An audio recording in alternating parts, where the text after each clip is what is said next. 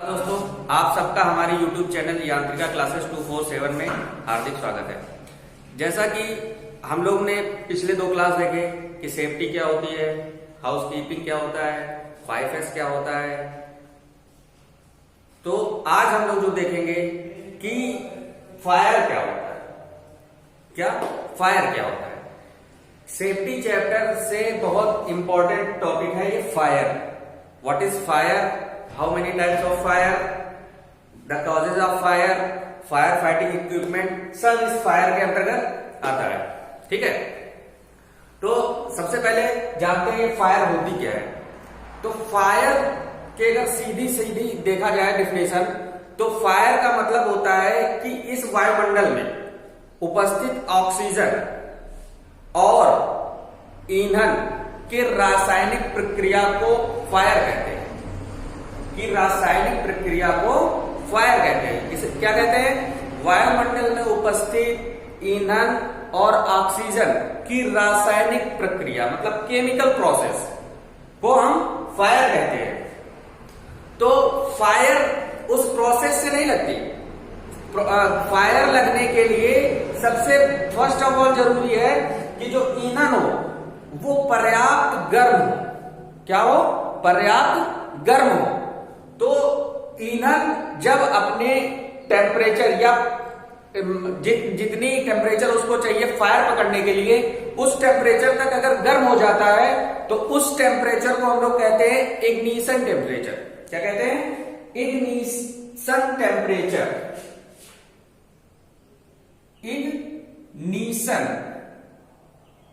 Ignition temperature.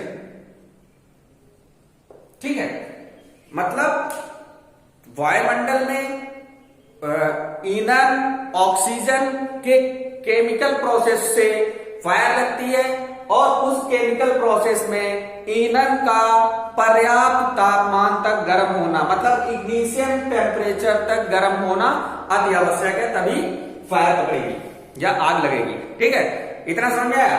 अब हमें इस डेफिनेशन में फायर के तीन एलिमेंट मिले। कि फायर के कितने एलिमेंट मिले? तीन एलिमेंट मिले। कौन कौन से एलिमेंट है फायर के? आइए देखते हैं। फर्स्ट एलिमेंट मिला हमें, क्या मिला? फ्यूल। क्या मिला? फ्यूल, जिसे हम बोलते हैं ईंधन। सेकेंड एलिमेंट क्या मिला हमें? ऑक्सीजन। क्या मिला? ऑक्सीजन। थर्ड एलिमेंट क्या मिला? हीट। मतलब अगर कहीं पर फ्यूल, ऑक्सीजन और हीट है तो वहां पर फायर पकड़ेगी या आग लगेगी। समझ में आया? परिभाषा क्या होती है सब कुछ बताया। तीन एलिमेंट होते हैं, ये भी नोट डाउन कर लीजिए। बहुत कुछ किसी न किसी एग्जाम में पूछता रहता है कि फायर किसकी वजह से लगता है, तो बहुत सारे ऑप्शन रहते हैं, उसमें लिखा रहता है फ्यूल, ऑक्सीजन, हीट।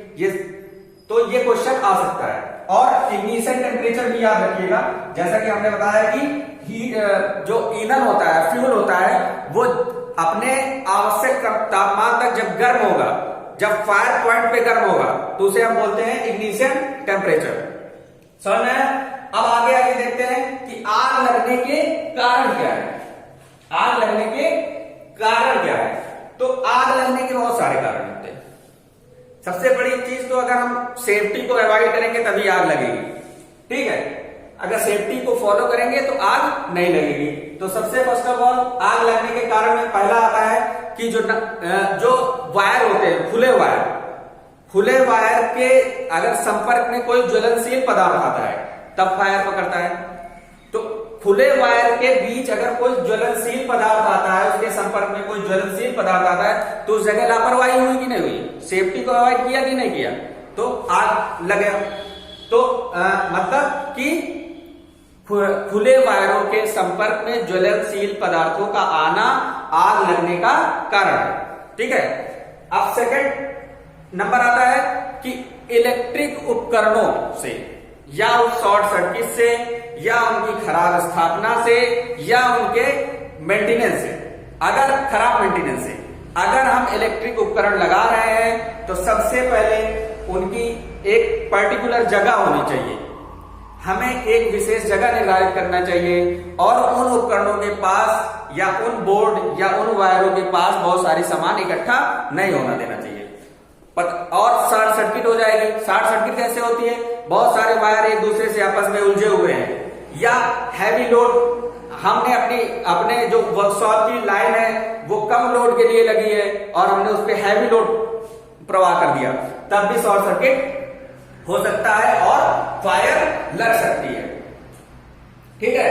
अब थर्ड आता है कि अगर हम कहीं पर गैस से काम कर रहे हैं या केमिकल से काम कर रहे हैं, तो गैस और केमिकल के लिए रेगुलेटर होते हैं। क्या होते हैं? रेगुलेटर होते हैं।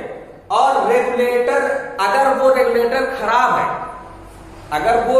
खराब है तो ये भी एक आग लगने का कारण बन सकता है। समझ में आया? ये भी एक आग लगने का कारण बन सकता है। मतलब जैसे घरों में रेगुलेटर होता है, गैस जलाया, रेगुलेटर अगर खराब है, कहीं से गैस लीक कर रही है तो फायर नीचे तक पकड़ लिया। ठीक है। थर्ड, अगला आता है कि स्मोकिंग करने से, अगर हम नो स्मोकिंग एरिया में हैं और वहां पर हमने स्मोक कर लिया तो वहां पर भी आग लगने का खतरा रहता है, आग लगने का चांसेस रहता है। ठीक है।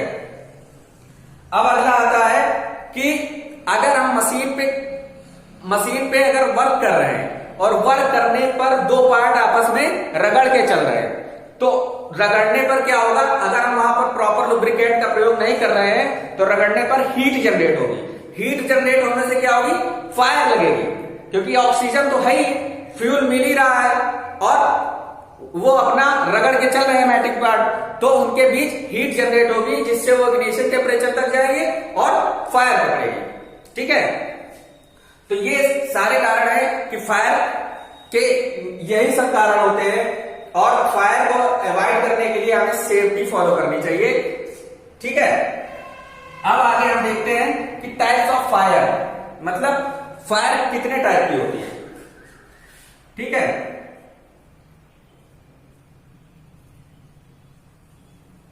टाइप्स ऑफ फायर, तो जनरली हम लोगों ने सबने पढ़ा है कि फायर जो होती है वो कितने टाइप्स की होती है? 4 प्रकार की होती है। कितने प्रकार की होती है? 4 प्रकार की होती है। लकड़ी से आग, दूसरा द्रव पदार्थ से आग, द्रव पदार्थ से आग, तीसरा गैस से आग,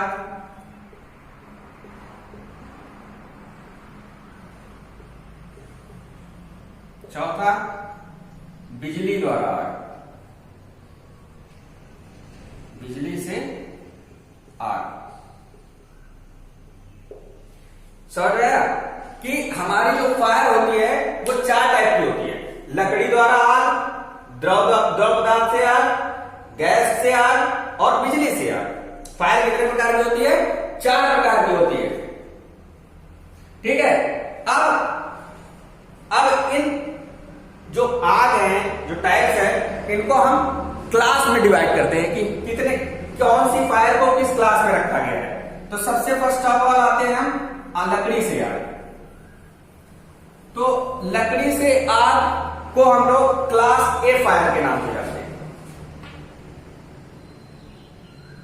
क्लास ए फायर।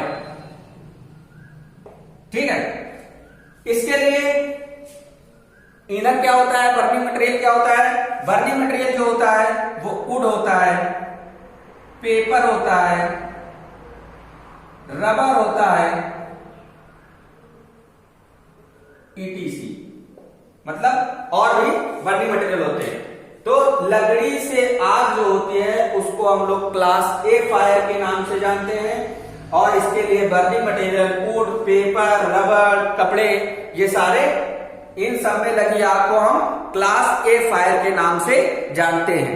ठीक है। अब नेक्स्ट आग क्या बताया था हमने?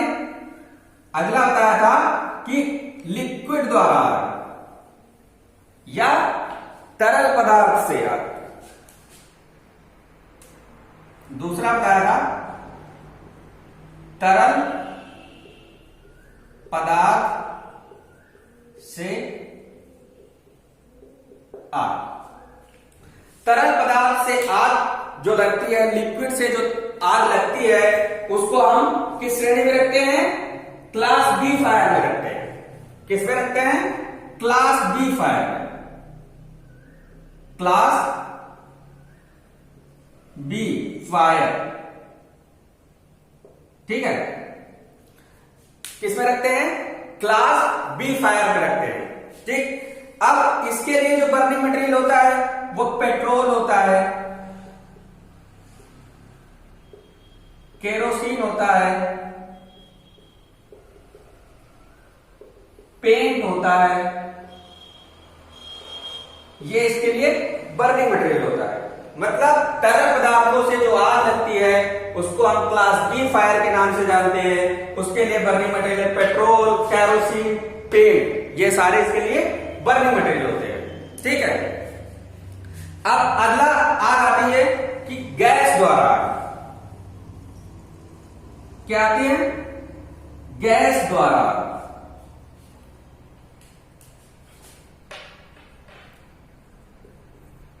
गैस द्वारा आग। जो गैस द्वारा आग होती है उसको हम लोग क्लास सी फायर के नाम से जानते हैं। Class C fire. गैस द्वारा लगी आग को हम लोग क्लास सी फायर के नाम से जानते हैं। और जो इसके लिए बर्निंग मटेरियल होता है, जो बर्निंग गैसेज होती हैं, वो होती हैं हाइड्रोजन,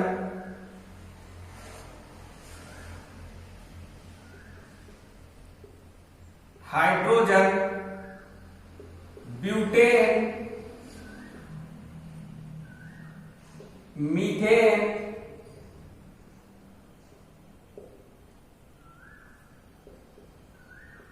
ये इसके लिए बर्निंग मटेरियल होते हैं।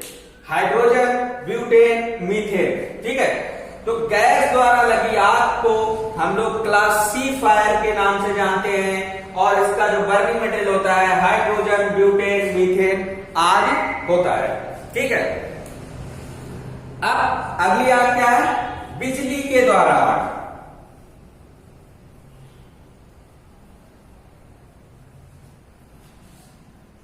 क्या है? बिजली के द्वारा आग।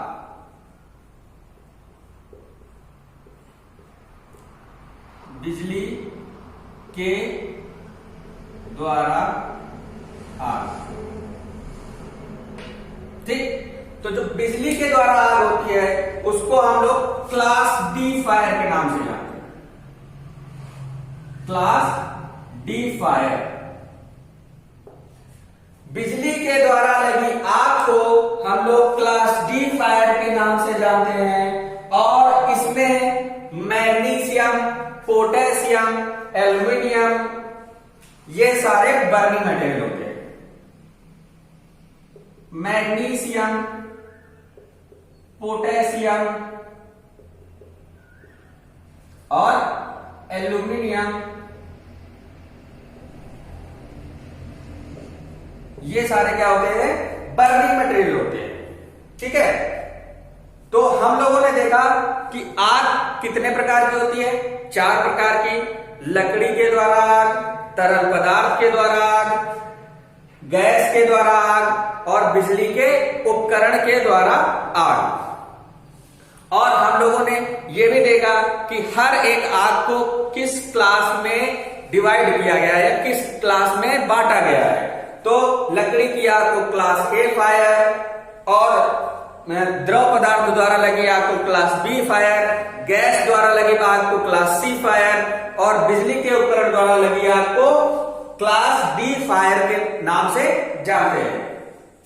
ठीक है, अब आते हैं हम कि हम अगर फायर लग जाए तो हम फायर पे कंट्रोल कैसे करें, या फायर को बुझाने का तरीका क्या है, या फायर से फाइट कैसे करें। मींस अब हम लोग देखते हैं कि फायर फाइटिंग इक्विपमेंट क्या होते हैं। क्या देखते हैं? Fire fighting equipment.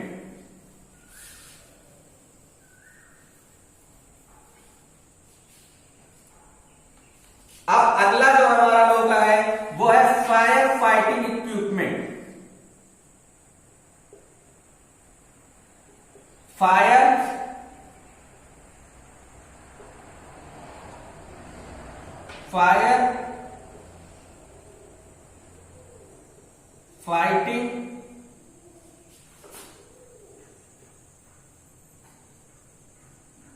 Fighting equipment.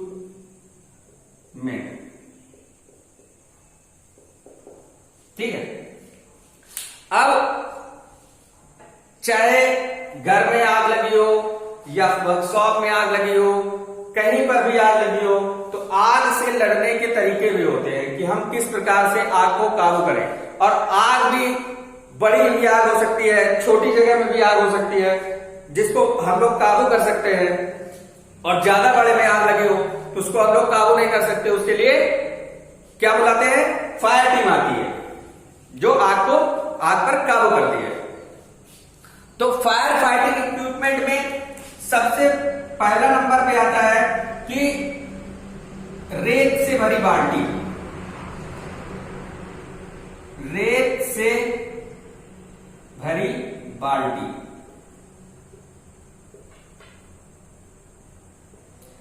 आप लोगों ने वर्कशॉप में विजिट किया होगा या अपने आईटीआई में भी देखा होगा कि बाहर या ऐसी जगह पर ये सारे इक्विपमेंट रखे जाते हैं जो इजीली हम वहां तक पहुंच सके, या पता लगा कि हम इन उपकरणों को ऐसी जगह रखें जहां पर आग लगने के चांसेस हो, या किसी कोने में रखें जहां पर हम शायद वहीं आग लग जाए। तो इन उपकरणों को हम वर्कशॉप के बाहर रखते हैं, फ्रंट में रखते हैं, जैसे सभी लोग इजीली इसको पा सके। ठीक है। तो रेत से भरी बाल्टी होती है, पानी से भरी बाल्टी रखी जाती है।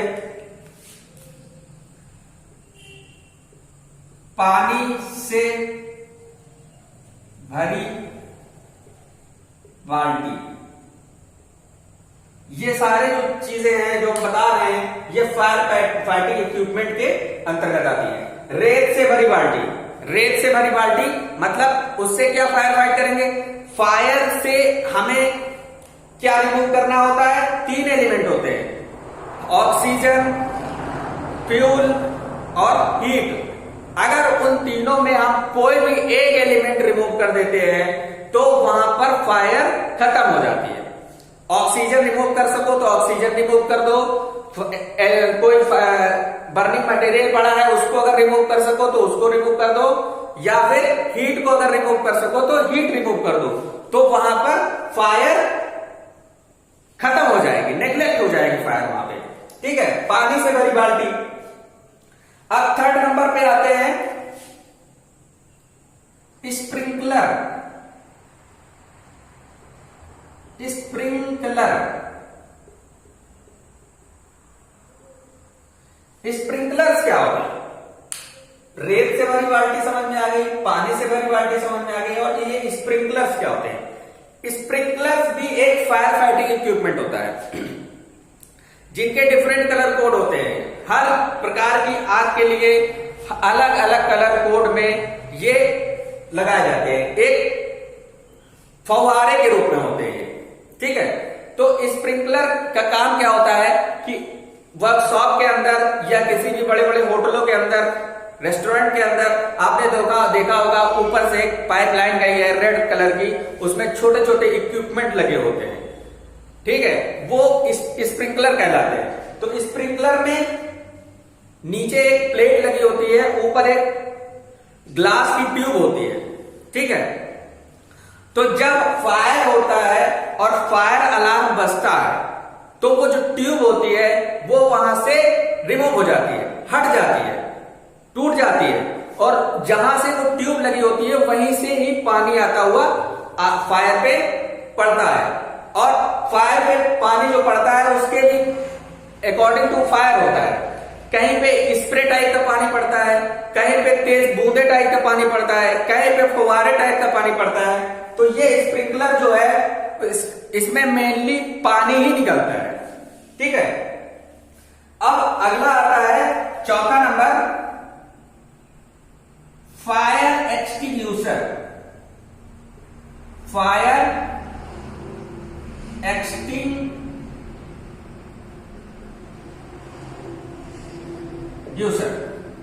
अब ये फायर एक्सटिंग्यूशर क्या होता है? तो फायर एक्सटिंग्यूशर वर्कशॉप या फायर फाइट करने के लिए सबसे महत्वपूर्ण उपकरण होता है। ठीक है, सबसे इंपॉर्टेंट उपकरण होता है फायर एक्सटिंग्यूशर। आपको रेत से भरी बाल्टी समझ में आ गई होगी, पानी से भरी बाल्टी समझ में आ गई होगी, लेकिन ये याद रखना है कि पानी से भरी बाल्टी कभी भी लाइव इलेक्ट्रिक उपकरणों में यूज नहीं करना है। ठीक है, पानी से भरी बाल्टी का कभी लाइव इलेक्ट्रिक उपकरणों में यूज नहीं करना है। जहां पर इलेक्ट्रिक का प्रवाह हो रहा हो वहां पर पानी से भरी बाल्टी का प्रयोग नहीं करना है फायर से फाइट करने के लिए। ठीक है, स्प्रिंकलर भी बता दिया। अब आता है फायर एक्सटिंग्यूशर। फायर एक्सटिंग्यूशर हर एक क्लास की फायर के लिए अलग अलग फायर एक्सटिंग्यूशर होते हैं। ठीक है, अब हम लोग देखते हैं सबसे पहले फायर एक्सटिंग्यूशर क्या है।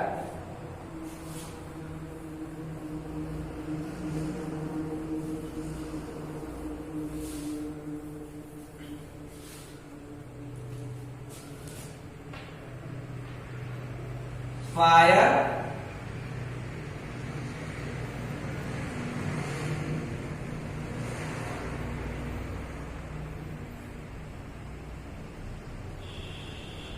Fire extinguisher.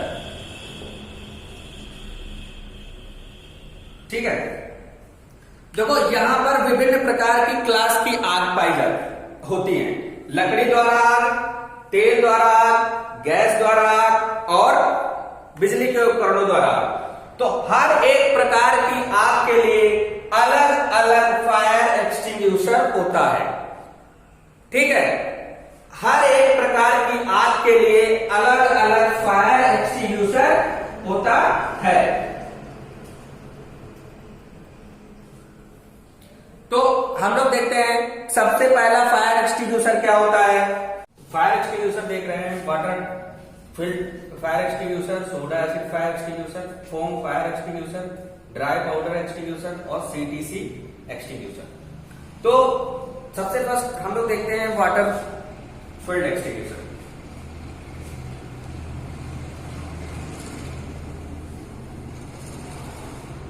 तो वाटर फील्ड एक्सटिंग्यूशर जो होता है इस प्रकार के सिलेंडर में, ये छोटे से सिलेंडर होते हैं, वर्कशॉप में देखा होगा रेड कलर के सिलेंडर लगे होते हैं और उसमें नोजल लगा होता है, एक लंबी सी पाइप होती है और हैंडल लगा होता है। ठीक है, एक पिन लगी होती है जिसको पहले पिन निकालते हैं, उसके बाद उसको प्रेस करते हैं हैंडल से और फिर आगे जो पाइप है उसको फायर की तरफ रखते हैं। फायर के बेस में रख के उसको पुश करने के बाद पहले पिन को पुल करते हैं, फिर उस हैंडल पे एक ग्रिप के पास एक उसको दबाने के लिए लगा होता है और पाइप को फायर के बेस में रखते हैं और एक्सटिंग्यूशर का यूज करते हैं। तो वाटर फील्ड एक्सटिंग्यूशर देख रहे हैं कि इसमें पानी भरा होता है। ठीक है, इसका यूज दो प्रकार से होता है। एक जेट प्रेशर द्वारा, मतलब एक एक्सटिंग्यूशर ऐसा होता है जिसमें केवल जैसे हम लोग डिओड्रेंट का यूज करते हैं, परफ्यूम का यूज करते हैं तो गैस निकलती है, हल्का हल्का पानी टाइप का और गैस साफ निकलती है। उसी तरह वाटर फील्ड जेट एक्सटिंग्यूशर होता है उसमें स्प्रे टाइप का निकलता है। और एक क्लास बी टाइप का वाटर फील्ड एक्सटिंग्यूशर होता है जिसमें फव्वारा टाइप का निकलता है। ठीक है, तो वाटर फील्ड एक्सटिंग्यूशर का यूज हम कहां करते हैं? क्लास ए फायर के लिए। ठीक है, क्लास ए फायर के लिए हम वाटर फील्ड एक्सटिंग्यूशर का यूज करेंगे। ठीक, अब सेकंड नंबर पे आते हैं। और जो वाटर फील्ड एक्सटिंग्यूशर है, देखो जो एक्सटिंग्यूशर होते हैं उसमें सभी जो एक्सटिंग्यूशर होते हैं वो रेड होते हैं, लेकिन उनकी जो पहचान होती है उसमें एक लेबल लगा होता है। वाटर फील्ड एक्सटिंग्यूशर में एक स्टिकर लगा होता है। ठीक, और स्टिकर का कलर कैसा होता है? रेड होता है। स्टिकर का कलर कैसा होता है? रेड होता है, जिससे हम वाटर फील्ड एक्सटिंग्यूशर का यूज वो पहचान करते हैं। और सेकंड नंबर जो होता है उसको बोलते हैं soda acid extinguisher. Soda acid extinguisher. जो सोडा एसिड एक्सटिंग्यूशर होता है उसका भी यूज हम क्लास ए फायर के लिए करते हैं। किसके लिए करते हैं? क्लास ए फायर के लिए। ठीक है, सोडा एसिड एक्सटिंग्यूशर का भी यूज हम क्लास ए फायर के लिए ही करते हैं। और इसको जब पहचान करेंगे इसका, तो इसकी जो पहचान है वो भी सेम होती है। स्टिकर जो है या लेबल जो लगा होता है वो रेड ही लगा होता है। ठीक है, वाटर फील्ड एक्सटिंग्यूशर ये भी क्लास ए फायर के लिए होता है। सोडा एसिड एक्सटिंग्यूशर ये भी क्लास ए फायर के लिए होता है। दोनों में जो लेबल लगा होता है, स्टिकर लगा होता है, वो रेड होता है, इसमें भी रेड होता है। समझ में आया कि क्लास ए फायर को अगर हमें बुझाना है तो उसके लिए हम वाटर फील्ड एक्सटिंग्यूशर या फिर सोडा एसिड एक्सटिंग्यूशर का यूज करेंगे। ठीक, अब अगला जब हमारा आता है थर्ड नंबर पे, वो आता है foam fire extinguisher. Third number पे क्या है? Foam fire extinguisher. Foam fire extinguisher. Foam fire extinguisher का यूज हम लोग क्लास बी फायर को बुझाने के लिए करते हैं। किस प्रकार की फायर को बुझाने के लिए? क्लास बी फायर की क्लास बी फायर को बुझाने के लिए हम इसका उपयोग करते हैं। तो फोम फायर एक्सटिंग्यूशर जो है वो class B fire.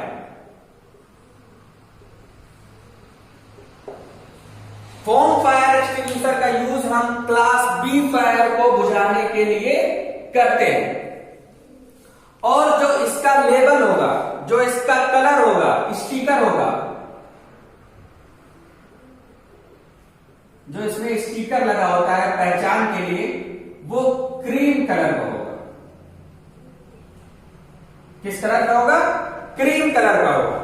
Foam fire extinguisher का यूज हम क्लास बी फायर को बुझाने के लिए करते हैं। और उसमें जो पहचान के लिए लेबल लगा होता है, स्टिकर लगा होता है, वो किस कलर का लगा होता है?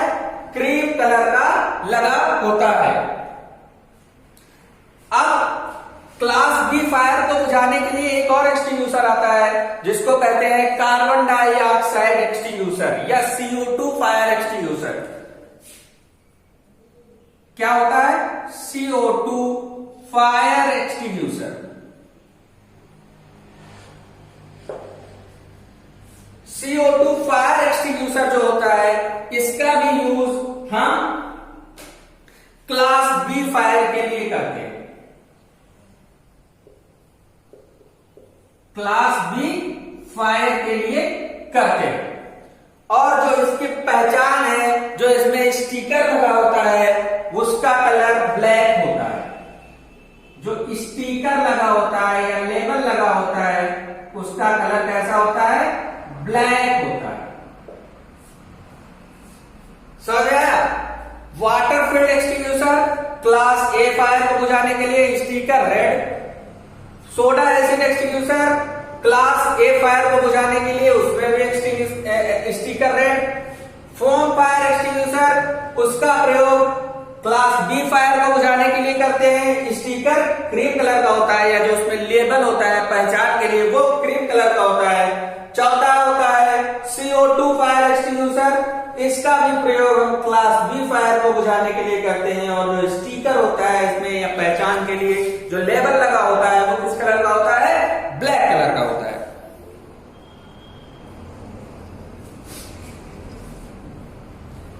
समझ में आ रहा है?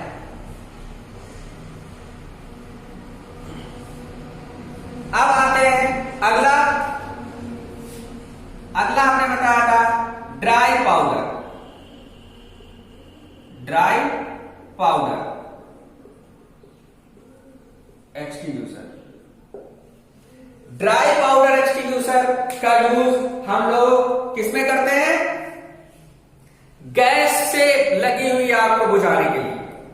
किससे आग बुझाने के लिए, गैस से लगी आग बुझाने के लिए। और गैस से लगी आग को किस क्लास में रखते हैं, क्लास सी फायर में रखते हैं। किस में रखते हैं, क्लास सी फायर में,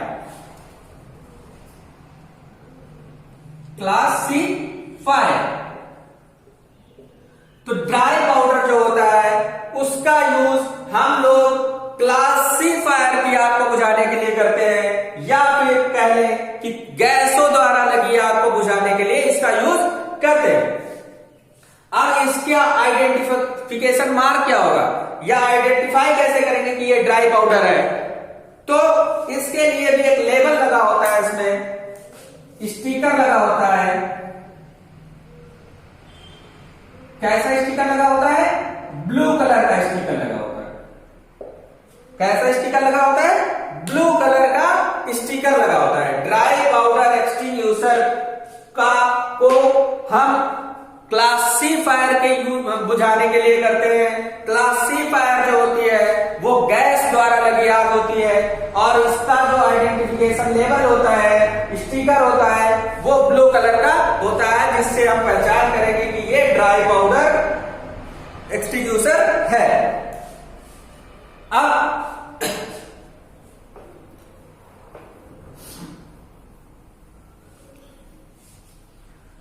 आखिरी एक्सटिंग्विशर बचा, जिसको कहते हैं CTC एक्सटिंग्विशर। ठीक है, सबसे फर्स्ट ऑफ ऑल CTC क्या है। CTC का मतलब होता है carbon tetrachloride. Carbon tetrachloride.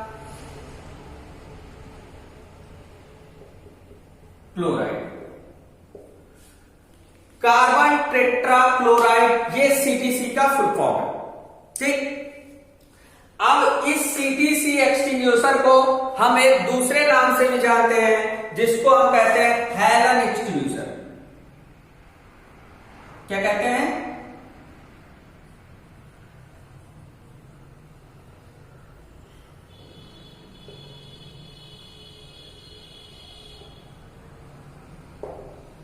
Helen extinguisher. Question इस एक्सटिंग्विशर से बहुत आता है कि CTC का फुल फॉर्म क्या होता है। तो CTC का फुल फॉर्म होता है कार्बन टेट्राक्लोराइड, और CTC एक्सटिंग्विशर या फिर क्लास डी फायर की आग को बुझाने के लिए कौन से एक्सटिंग्विशर का यूज करेंगे, तो उसमें CTC नहीं दिया रहेगा। उस जगह अगर हैलन एक्सटिंग्विशर दिया रहता है तो वहां पर हम लोग क्या लगाते हैं, हैलन एक्सटिंग्विशर, क्योंकि CTC एक्सटिंग्विशर का दूसरा नाम है हैलन एक्सटिंग्विशर। ठीक है, अब इसका तीसरा नाम भी है,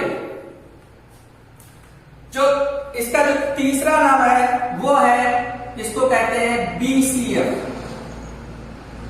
क्या कहते हैं, BCF। CTC फायर एक्सटिंग्विशर का दूसरा नाम क्या है, हैलन एक्सटिंग्विशर, और जो इसका तीसरा नाम होता है उसे हम BCF कहते हैं। क्या कहते हैं, BCF। तो BCF का जो फुल फॉर्म होता है वो जो BCF का जो फुल फॉर्म होता है उसे को हम ब्रोमो फ्लोरोमीथेन के नाम से जानते हैं। क्या होता है BCF का full form? Bromo chloride, bromo chloride fluoromethane.